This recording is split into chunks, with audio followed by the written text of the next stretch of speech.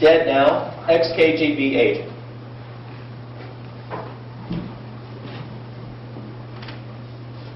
Nelson Mandela was taken around this country,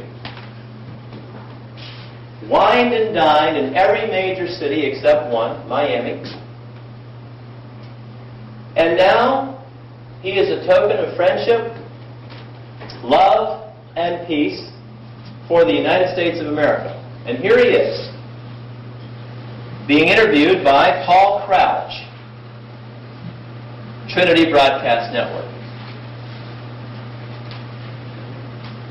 Now, the interesting thing about Paul Crouch, in fact, aside from the fact that he's a blatant heretic, is he gives Yasser Arafat here a Masonic handshake.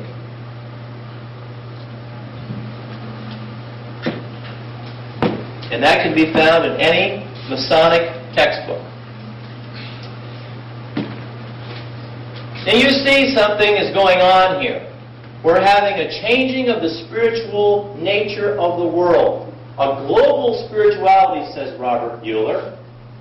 Changing the world from the inside out, says spiritual politics. And as I studied, I discovered that maybe what the Illuminati said was true. And in Unholy Alliances, I describe exactly what the Illuminati planned to do. Adam Weishaupt, his goal to destroy the states of Europe and the church. And how did he intend to do it?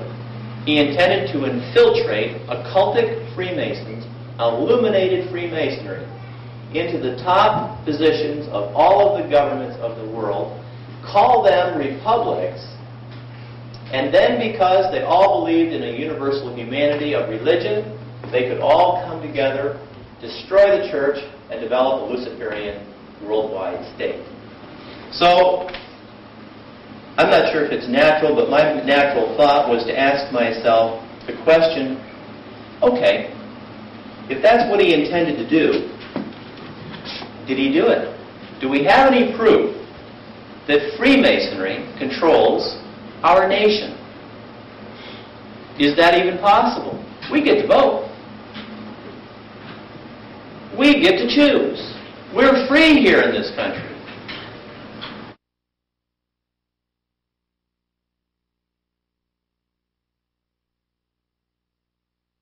So what I find out is, going back to 1836, we had an anti-Masonic party in this nation. There were individuals between 1828, 29, 31, 33 who were doing everything in their power to prevent our country from becoming a Masonic country.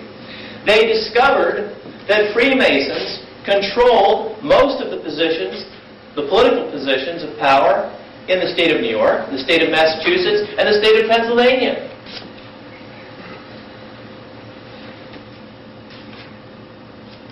I then find out that the leader of the anti-Masonic party in 1833 threw up his hands and said, they already have so much power and control that we're going to dissolve the anti-Masonic party. What that means, folks, is for the last 150 years, there's been nothing but Freemasons in the political positions of power. You name the political positions in this country. Well, then I find out that under Woodrow Wilson, anyone who was anyone, Secretary of State, Secretary of Agriculture, Secretary of the Treasury, Postmaster General, Secretary of Labor, Department, Deputy Commissioner of the Internal Revenue Service, and Speaker of the House, all Freemasons. I find out that this just goes on and on and on. It went on under FDR. It went on throughout. I just won't go through it, but it's in Unholy Alliances. In Truman's cabinet, Secretary of Agriculture, Secretary of Defense, Secretary of Commerce, Attorney General, Associate Justice of the Supreme Court, Secretary of State, Chief Justice of the Supreme Court, Director of Office of Economic Stabilization, U.S. Secretary of State, Secretary of Defense, Director of Office of Defense Mobilization, and the Supreme Court appointments, Freemasons. Well, now, this is very interesting, isn't it? Especially when you find out that Freemasonry is a religion. I have various quotes in here in my chapter called Freemasonry and the Occult Freemasonry alone possesses the true religion, which is Gnosticism. Freemasonry is the universal religion, so says Freemasonry. Freemasonry says Masonry is the church of human progress. Satan is masterful, and we don't realize how masterfully deceiving he is. I'm like you. I want to think the world's an honest place to live in.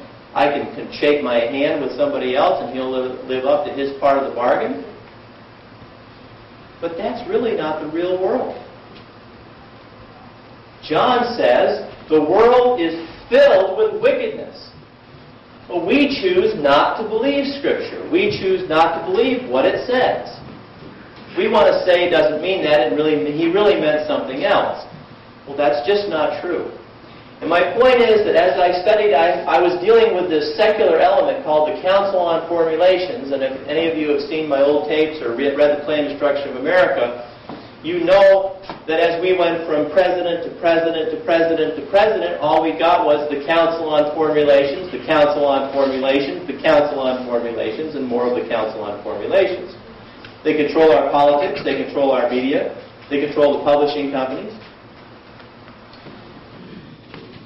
I paraphrase a list, and unfortunately I did it in the computer, and I guess I didn't reprint it, of what the Pope basically said in Humanum Genus. But I highlighted some things. I think I can get it out to you here. He said, the Roman pontiffs, our predecessors, in their incessant watchfulness over the safety of the Christian people, were prompt in detecting the presence and the purpose of this capital enemy. Immediately it sprang into the light instead of hiding as a dark conspiracy. The Masons themselves, if you read their esoteric literature, will tell you, they hid out in caves.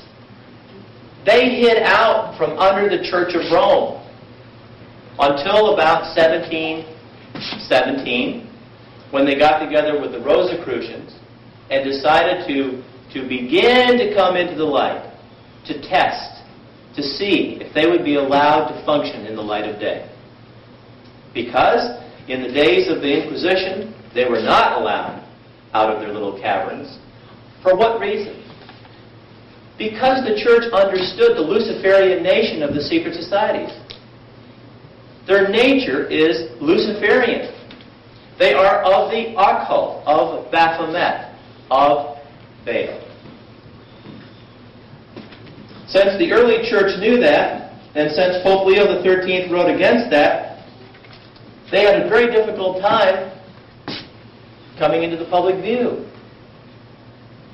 But after he published Humanum Genus, which condemned Freemasonry, the Secretary of State became a man named Roncalli, who was a secret society member himself. If you read Pacendi of Pope St. Pius X, you find out that he says the partisans of error were already in the bosom of the church. He mentions words like in the veins and in the heart of the church. That's pretty close to some vital territory. In a recent paper I had under Vatican, I read this. A subject of international controversy was a directive of the Holy Office of July 1st, 1949, excommunicating communists and all persons cooperating with the communists. That was annulled by John the 23rd.